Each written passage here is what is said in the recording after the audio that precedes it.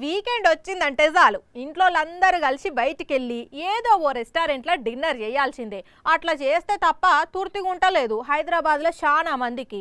ఇక బయటికి పోయినాక ఏం తింటారు అంటే ఏం తిన్నా ఎన్ని రకాల టేస్టులు చూసినా చికెన్ బిర్యానో మటన్ బిర్యానో ఆఖర్లో తినాల్సిందే. అప్పుడు బేవంటారు.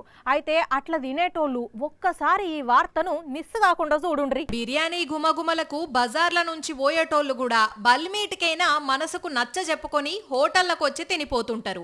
అట్లా గుంజుతుంది ఆ వాసన.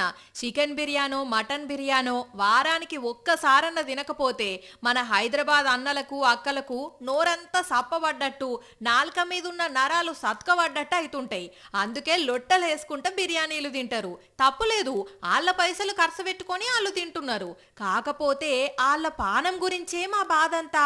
ఎందుకంటే వాళ్ళు ఆహా ఓహో అని ఎంతో ఇష్టంగా తింటున్న చికెన్లు మటన్లను కొందరు ఎక్కడి నుంచి తెస్తున్నారో చూస్తేనే ఇన్ని రోజులు తిన్న బిర్యానీ అంతా అరగకుండానే వాంతులై బయటకు వస్తుంది. ఈ ముల్లెలు మూటలు లోపలున్న డబ్బా పెట్టెలల్లో ఉన్నదంతా కూడా ఖరాబైన మాంసమే. ఇంకా కాళ్ళు తలకాయలు చూడుండ్రి, యాక్ కడుపుల పేగులన్నీ కట్టగట్టుకొని బయటకు వచ్చేటట్టు ఉన్నాయి కదా. ఇగో ఇసువంటి మాంసంతోని బిర్యానీలు వండుతున్నారు కొన్ని హోటలోళ్ళు. వాసన రాకుండా మసాలాలు దంచేస్తున్నారట, అట్లనే రంగులు కలుపుతున్నారు. ఇక పాడు వాసన పోయి గుమగుమలాడే వాసన వచ్చుడుతోనేమో చాలా మంది అంతకు ముందు అది ఎట్లుండే ఎన్ని పురుగులుండే అన్న ముచ్చటే తెలవక లొట్టలేసుకుంటూ తింటున్నారు. ఈ ముచ్చట తెలుసుకున్న హైదరాబాద్ టాస్క్ ఫోర్స్ పోలీసులు ఓల్డ్ సిటీలో చెకింగ్లు చేసి 12 టన్నుల ఎక్స్పైర్ అయిన మటన్ ను సీజ్ చేసిండ్రు. నార్త్ ఇండియన్ నుంచి ఎక్కువ తక్కువ మటన్ తెప్పించి ఫ్రిడ్జ్లలో పెట్టి హోటళ్లకు సప్లై చేస్తున్నారట కొందరు.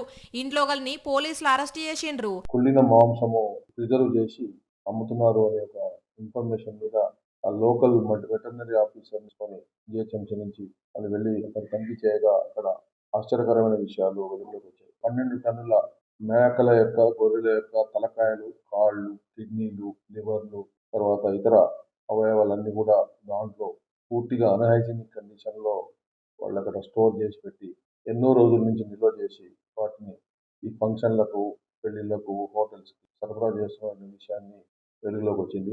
కానీ ఇసువంటి చూసినప్పుడు అమ్మో బయట అస్సలకే తినొద్దు, కావాలంటే ఇంట్లోనే వండుకొని తినాలి అనిపిస్తుంది. కానీ ఓ వారం కాగానే మళ్ళీ అట్లనే తింటున్నారు చాలా మంది. కానీ మన కండ్ల ముందు వండంది ఏది కూడా ఎట్లా తయారవుతున్నదో మనకి తెలియదు కాబట్టి జర వండుకొని తినుండ్రి, కానీ బయట తిండి తినకుండ్రి పబ్లిక్, సరేనా?